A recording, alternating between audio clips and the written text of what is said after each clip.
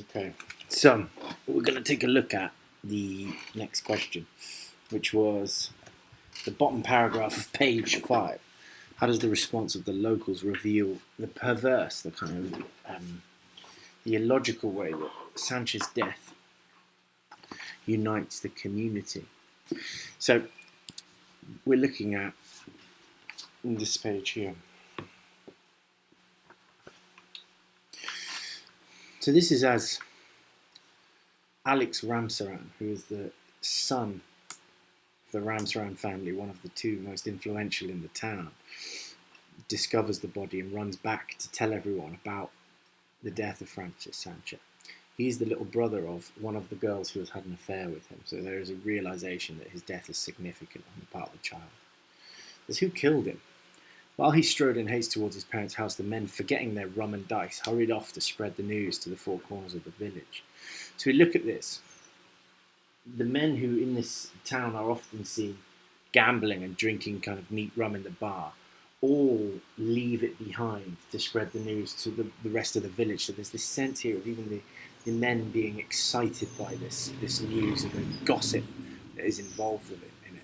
So we've got this sense of all of the different factions in society kind of coming together to find out about this outsider. And soon people were crowding on their doorsteps to comment on the matter. So everyone here is being brought together to offer their opinion about it. But the interesting thing about this, it is the exact reverse of what happens in the narrative structure, where we have these individualized, what are called vignettes, these isolated examples of everyone's perspective. But it's at that moment that they're brought together to share their kind of impressions of Francis Sancho. So we've got that weird sense of which the death of this stranger is what actually brings the community together from its kind of fractious isolation. They're not in the least surprised, however, for everyone knew full well that one day Francis Sancho would come to a bad end. So they all have this kind of ominous sense that in some way he's going to be punished. And he himself has this. He himself always has this sense that his life is cursed, that he in some ways is kind of doomed to suffer, because he himself, in terms of his heritage, is related both to colonial master and colonial subject, a slave. So he embodies that kind of tension between the two. So that's the section of the passage for question 3. So you're trying to use that passage to respond to 3. We're looking at question 4. Examine the top half of page 7. How does the response of the locals reveal the perverse way that Sancho's death unites the community? So we've got that same question, really, in a different passage of text here. So we're trying to make reference to some different details of this. So there's a funeral procession that leads to Vilma Ramsaran's house. This is the girl that Sancho has had an affair with, one of the girls that he has had an affair with. And they gather in the lane, in the garden, and on the veranda, half in mourning, half curious for the news. So they're sad about it, some of them, but also kind of, it's sort of piqued their interest. They're curious.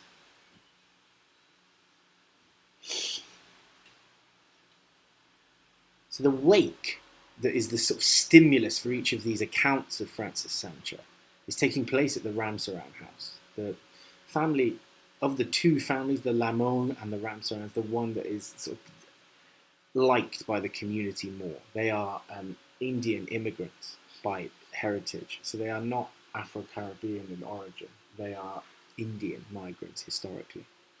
But look at all the people that his wake has brought together. There were those who were directly involved. Rosa, Vilma's mother, who also has a romantic interest in Francis Sancho.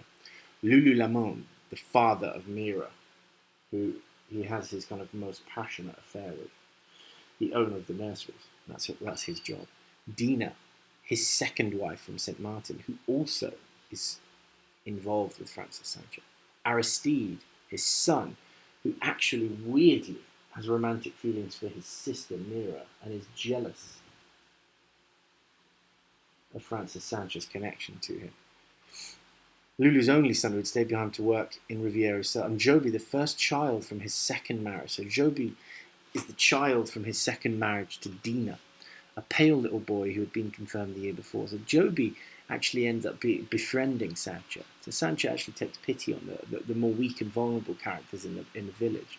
Mira, of course, was not there, and that's interesting because Mira is the character who is most involved. But this is a sign of her empowerment that she has left. Her relationship with Sancha has provided the stimulus for her to reformulate her identity and her vision of herself. And it would have surprised, even shocked people if she had been. Yet, except for Emmanuel Palagi, who's his actual friend, the lady, he's a local historian here, who befriends Sancha, who as soon as he got back from Dillon, would lock his Peugeot in his garage and not even come out on his veranda to take the air. So he is someone who is reluctant to engage with the community, and he is, incidentally, the one who befriends Sancha. The whole of Rivière-Ocel was there, even Sonny, the unfortunate Sonny who is disabled, and the Desinant or the Haitian. And those two at the bottom are seen at the bottom of this very crude, forceful social hierarchy. So it's brought all of the town together from all components of their social hierarchy. Seeing such a crowd, you might have concluded they were being hypocritical because they had treated him with such animosity through his life. So why are they all there at his wake? For all of them, at one time or another, had called Francis a vagabond, a kind of homeless person, a person lacking in a home, and a cur, like a dog. Isn't it the fate of a cur to die amid general indifference, as if people don't care? And that's clearly what has not happened here. Even though they dislike him, he has stimulated a response. So you have this weird vision of the unity of the community at this moment where this outsider disappears from existence. So you've got these two images here that are looking at the way that this death brings the community together, and then what follows are each of the accounts of the people who have in some way give some kind of testimony of their experiences with Francis Sancha. When you get to the homework questions, you're looking at these two passages. Question A is looking at the explanation of the Ramsarans on this little section here on page 8. So we're looking for you to apply the knowledge of historical and cultural context that you pick up from the Ed puzzle to a reading of this. So thinking here about the way that the community treat the Ramsarans, who are Indian migrants historically, when they show signs of kind of developing themselves and moving up in the social hierarchy. Then, when we get to question B, you're looking at this passage on page 9. The person who the sickened and irritated the most was Lulu Lamont, who, like his parents and grandparents, had played the aristocrats. So they're very keen, the Lamont, to pretend that they're in some way superior. Notice that they are mixed race, this family. So they have these pretensions to sort of mirror the sense of racial superiority that white people have treated black people in the colony when it was a colony. And there's a suggestion, as you'll see in the Ed puzzle, about this kind of racial hostility that comes in a very distinctive way from mixed race people towards people who are fully black in this community. So that we want to look at the evidence of that when we come to that second homework question.